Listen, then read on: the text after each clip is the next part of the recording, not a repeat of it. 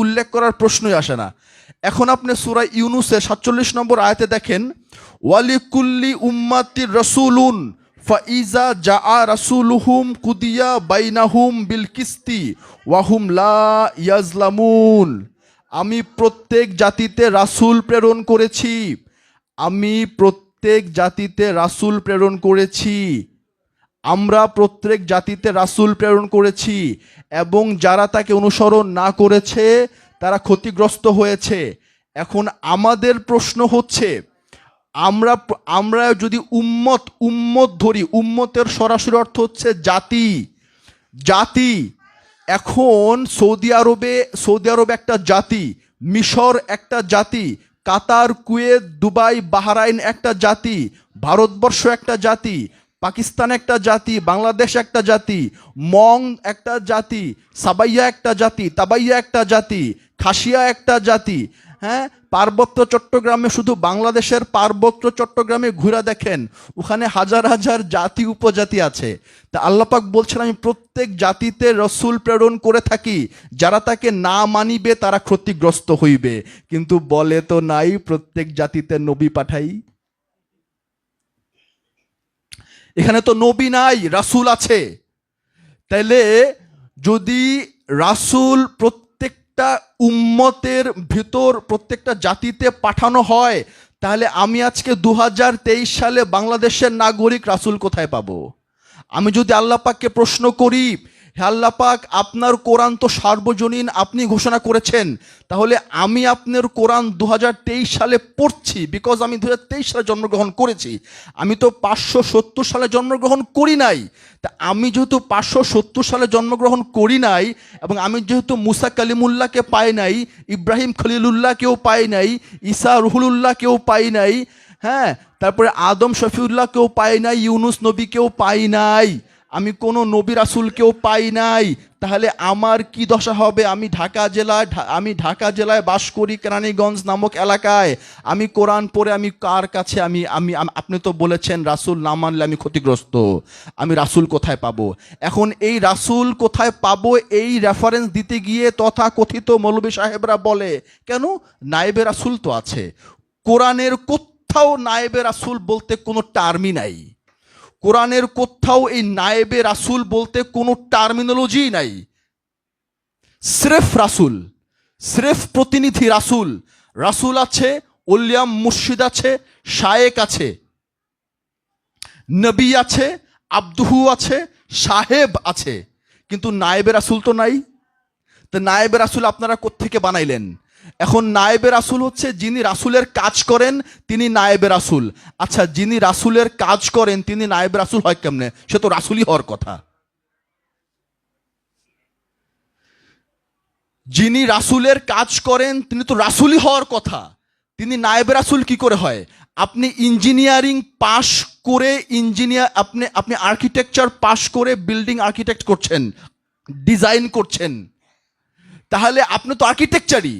এখন আমি আপনাকে অ্যাসিস্ট করছি, আমি আপনাকে হেল্প করছি, আমি আপনাকে সাহায্য করছি, কিন্তু আর্কিটেকচার বিদ্যার কোনো নলেজ আমার নাই। আপনি আমাকে অ্যাসিস্ট্যান্ট বলতে পারেন, আর আদারওয়াইজ যদি আমার এই ডিগ্রি অর্জন করা থাকে, তাহলে আমিও বিল্ডিং স্ট্রাকচার ডিজাইন করার ক্যাপাবিলিটি অর্জন করতে পারবো। তো আমিও তো আর্কিটেকচার। তো সেখানে আর্কিটেকচার না হয়ে তো আর্কিটেকচারের আপনি রেসপন্সিবিলিটি নিতে পারেন না। আপনি রাসূল না হয়ে তো রাসূলের নায়েব হইতে পারেন না। তো নায়েবে রাসূলটাই তো একটা বোগাস এবং একটা ইলুশন, একটা বিভ্রান্তমূলক একটা টপিক। কারণ আপনারা তো রাসূলের দরজা বন্ধ করে দিয়েছেন। এখন যেহেতু রাসূলের দরজা বন্ধ করে দিয়েছেন, এখন রাসূলের কাজকর্ম কে করবে? আপনাদের কাছে তো সে উত্তরটি আর নাই। যেহেতু রাসূলের পথই বন্ধ করে দিয়েছেন, সেহেতু রাসূলের কাজটা কে করবে? তাহলে এই হেদায়েত কে দিবে? সেটা তো আপনাদের কাছে উত্তর নাই। বানিয়ে দিলেন নায়েবে রাসূল। আসলে নায়েবে রাসূল একটি ভোগাস টার্ম। নায়েবে রাসূল ভোগাস টার্ম। নান ক্যান বি নায়েবে রাসূল। যদি হয় রাসূল হইতে হবে, কারণ রাসূল প্রত্যেকটা জাতিতে আছে। সূরা নহলের 36 নম্বর আয়াত দেখেন, ওয়ালাকাদ বা আসনা ফি কুল্লি উম্মতি রাসূলান আনিবুদুল্লাহ ওয়াস্তানিবুত তাগুতা। তাগুত থেকে রক্ষা করার জন্য এবং আল্লাহর ইবাদত করার জন্য আবার আমি প্রত্যেক জাতিতে রাসূল পাঠাইছি। আবার একই স্টাইলে আবার অন্য সূরার আরেকটা আয়াত, আল্লাহর ইবাদতের জন্য এবং তাগুতের পথ থেকে ফিরে আসার জন্য, ফিরিয়ে আনার জন্য আমি প্রত্যেক জাতিতে রাসূল প্রেরণ করেছি। এখানেও বলা নাই তাগুত থেকে ফিরিয়ে আনার জন্য নবী প্রেরণ করেছি, বলা নাই। কারণ মহানবী প্রথমে রাসূল, তিনি নবী, তিনি ওলি, তিনি আবদাল, 4টি গুণে গুণান্বিত মহানবী। তিনি রাসূলের গুণে গুণান্বিত, তিনি নবী, তিনি ওলি, তিনি আবদাল। আমরা যে লা ইলাহা ইল্লাল্লাহু মুহাম্মাদুর রাসূলুল্লাহ পড়ি, এই কালেমাতেও কিন্তু মুহাম্মাদুর নবীউল্লাহ নাই, মুহাম্মাদুর ওলিউল্লাহ নাই, মুহাম্মাদুর আব্দুহু নাই। কিন্তু যদিও এই 4টা ক্যাটাগরিতে মহানবী ভূষিত, কিন্তু তথাপিও কালেমাতে কিন্তু তাকে আমরা রসুল রূপেই পাই। বাবা জাহাঙ্গীর এই কালেমার ব্যাখ্যায় বলছেন, লা ইলাহা ইল্লাল্লাহু, তোমার নিজের মনের ভেতরে আল্লাহু ছাড়া কোনো ইলা নাই, আর কোনো নেতা কর্তা অধিকারী সর্দার নাই, আর কোনো নেতা কর্তা অধিকারী, ইলা মানে হচ্ছে নেতা কর্তা অধিকারী সর্দার। আমি ভাবখানা, স্বাধীন চেতা মনোভাব, স্বাধীনতা বৃত্তিক মনোভাব। এই ইল্লাল্লাহু ছাড়া আর কোনো কর্তা নেতা অধিকারী সর্দার নাই। যখন তুমি তোমার মনের ভেতর থেকে সব কটা ইলাকে, মূর্তিকে, তাগুতকে ধ্বংস করে দিতে পারবা, তখনই তুমি তাকায় দেখবা যে মুহাম্মাদুর রাসূলুল্লাহ, তোমার ভেতরে রাসূল রূপে প্রশংসিত মুহাম্মদ স্বয়ম্ভূ সত্তা রূপে জাগ্রত হচ্ছেন। এবং এই যে রাসূল রূপে যিনি স্বয়ম্ভূ সত্তা, মুহাম্মদ প্রশংসিত রাসূল রূপে যিনি অধিষ্ঠিত হলেন, তিনি রাসূল রূপে একেবারে ল্যান্ডস্লাইড, একেবারে সর্বত নিচু স্তরে নেমে গিয়ে তিনি সবার সাথে কমনলি একদম মিলেমিশে একাকার হয়ে গেলেন। কারণ হচ্ছে রাসূল হচ্ছে সার্বজনীন, রাসূল সার্বজনীন। যিনি নবী তিনি রাসূলও, কারণ যিনি নবী তিনি রাসূলও, কিন্তু যিনি রাসূল তিনি নবী নাও হতে পারেন। কারণ হচ্ছে নবী হতে হলে আপনাকে প্রথমে এলমে গায়েব জানতে হবে, কারণ না হলে আপনি খবর দিবেন কেমনে, গায়েবের খবর দিবেন কেমনে, আপনার কাছে সংবাদ কি করে আসবে? আর সেই সংবাদ পৌঁছে দেওয়ার জন্য রাসূলের প্রয়োজন। তাই প্রত্যেকজন নবী এক একজন রাসূল বটে, কিন্তু প্রত্যেকজন রাসূল এক একজন নবী নাও হইতে পারেন। কিন্তু আমাদেরকে ভুল শেখায়, আমাদেরকে শেখানো হয়েছে যে রাসূল বড়। কেন রাসূল বড়? কারণ রাসূলের ওপর কেতাব নাজিল করা হইয়াছে। কোরআনুল কারীমের কোন আয়াতে আজ পর্যন্ত আল্লাহ পাক বললেন না রাসূলের সংজ্ঞায় রাসূল তাহাকেই বলা হয় যাহাকে কেতাব নাজিল করা হইয়াছে। নাই, মুসাকে কেতাব নাজিল করা হইয়াছে, মহানবীকে হইয়াছে। কেতাব নাজিল করা হইলেই তিনি রাসূল, এরকম কোনো কথা কোরআনে নাই। যদি দেখাইতে পারেন আমি শিখে নেব, কোনো আপত্তি নাই। যদি দেখাইতে পারেন আমি শিখে নেব যে কোরআন বলছে যে রাসূল হইতে হইলে তার উপর কেতাব নাজিল হইতেই হবে, এরকম কোনো আয়াত নাই। কিন্তু বাবা জাহাঙ্গীর, ফেরেশতাদের থেকে রাসূল নিয়োগ হয়, ফেরেশতাদের থেকে রাসূল নিয়োগ হয়, কিন্তু ফেরেশতাদের থেকে নবী নিয়োগ হয় না। এই একটা মাত্র আয়াতের বোঝা যায় যে যেহেতু মানুষের চাইতে ফেরেশতা অধীনস্থ, যেহেতু ফেরেশতার চাইতে মানুষ ঊর্ধ্বতন, সেহেতু রাসূল ছোট নবী বড়। এই একটা আয়াত দিয়ে তো বোঝা যায়। সূরা ইব্রাহিমের 4 নম্বর আয়াত, ওয়ামা আরসালনা মির রাসূলান ইল্লা বিলিসানি কাওমিহি লিয়ুবাইয়ানা লাহুম, এই আয়াতের ভুল ব্যাখ্যা করা হয়। আমি এমন কোনো জাতি নাই যেই জাতিতে তাদের নিজস্ব ভাষা রাসূল পাঠাই নাই, এইটা হচ্ছে এই আয়াতের অর্থ। খুব খেয়াল করবেন, ওয়ামা আরসালনা আমরা পাঠাই নাই, এবং না আমরা পাঠাই, এবং না আমরা পাঠাই, এবং না আমরা পাঠাই মির রাসূলিন রাসূল হইতে, ইল্লা বিলিসানি তাদের নিজস্ব ভাষায়, কাউমিহি প্রত্যেকটা কওমে, খেয়াল করবেন প্রত্যেকটা কওমে তাদের নিজস্ব ভাষায় রাসূল। এটা হচ্ছে একটা ব্যাখ্যা। এটাকে ঘুরিয়ে দেয় কি সুচতুর চালাকি করে। তারা কি কি বলে জানেন? খুব খেয়াল করবেন, সূক্ষ্ম। আপনারা বাজারে সির পড়ে দেখুন, ইবনে কাসির পড়ুন, ইবনে তাইমিয়া পড়ুন, মওদুদি সাহেব পড়ুন, তারপর আপনার কি বলে ওই যে ইন্তেকাল করিলেন দেলোয়ার হোসেন সাইদি, উনার তফসির, সব তফসির পড়ে আপনি দেখবেন তারা লিখেছে প্রত্যেক জাতিতে নিজস্ব, মানে প্রত্যেক রাসূলকে তাদের ভাষায় প্রেরণ করা হয়েছে। প্রত্যেক রাসূলকে ওই জাতির মাতৃভাষায় প্রেরণ করা হয়েছে, এটা একটা কথা। আর এটা হচ্ছে প্রত্যেক জাতিতে রাসূল তাদের ভাষায় প্রেরণ করা হয়েছে। কিন্তু দুই জিনিস, অ্যাবসলিউটলি দুই জিনিস।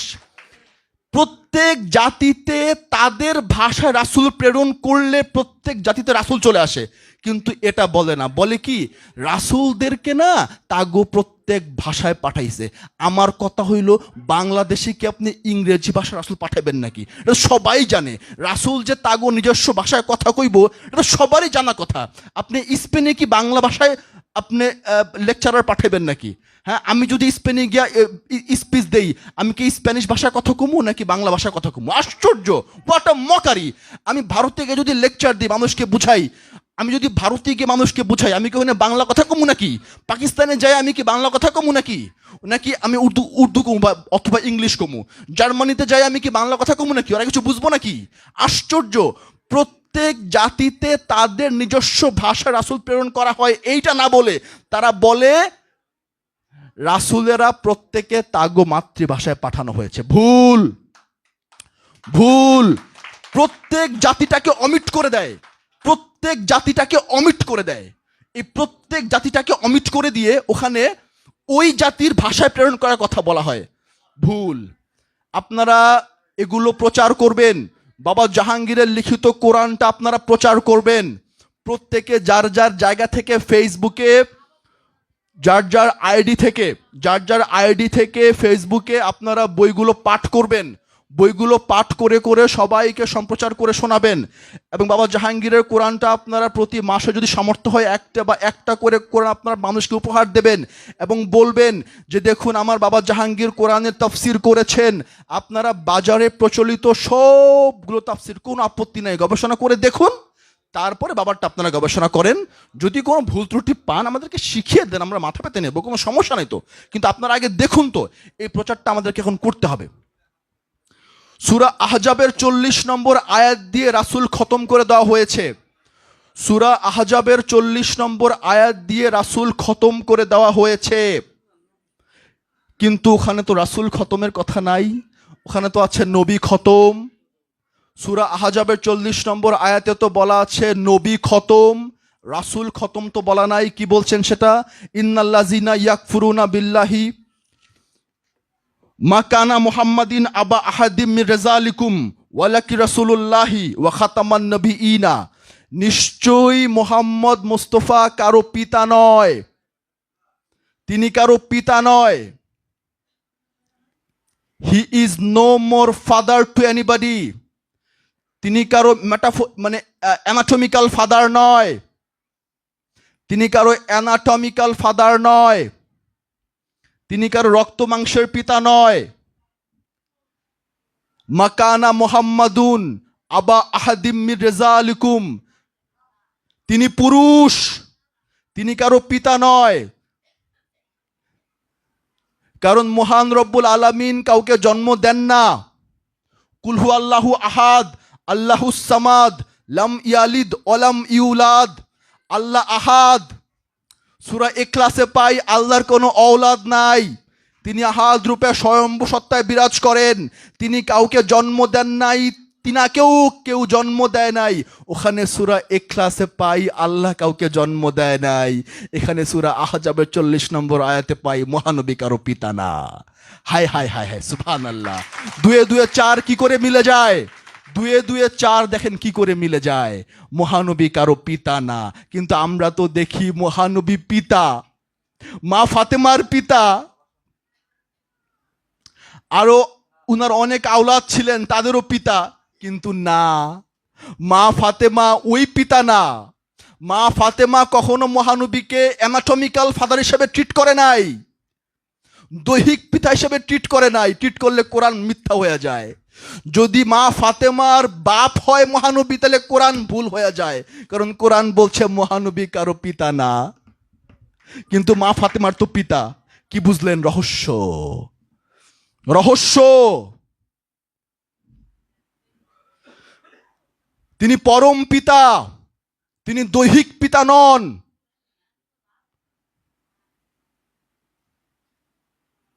তিনি জগৎ স্বামী, কিন্তু কোন স্ত্রী লোকের স্বামী নন।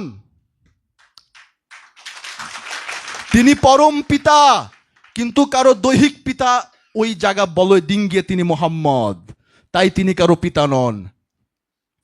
খাতামান নবী, একেবারে এই আয়াতে নবীও উল্লেখ করা আছে, রাসূল উল্লেখ করা আছে। দুটা word at a time simultaneously উল্লেখ করা আছে, নবীও আছে রাসূলও আছে, একেবারে স্ট্রেট অ্যাওয়ে দুইটা ওয়ার্ড এখানে ইউজ করা হয়েছে। কিন্তু খাতাম টাইটেল নবীর আগে, রাসূলের আগে খাতাম টাইটেল নাই। আল্লাহ পাক বলতে পারতেন ওয়া খাতামান নবিয়িনা ওয়া মাল খাতামান রাসূলিনা, বলে তো নাই। একটা খতম টাইটেল তো রাসূলের আগেও দিতে পারতেন আল্লাহ ইচ্ছা করলে। এই আয়াতেই এত বড় চান্স ছিল আল্লাহ পাকের, এত বড় স্কোপ ছিল আল্লাহ পাকের, সেটা তিনি মিস করে গেলেন। রাসূলের আগে খতম ইউজ করার এত বড় স্কোপ ছিল, তিনি দিলেন না।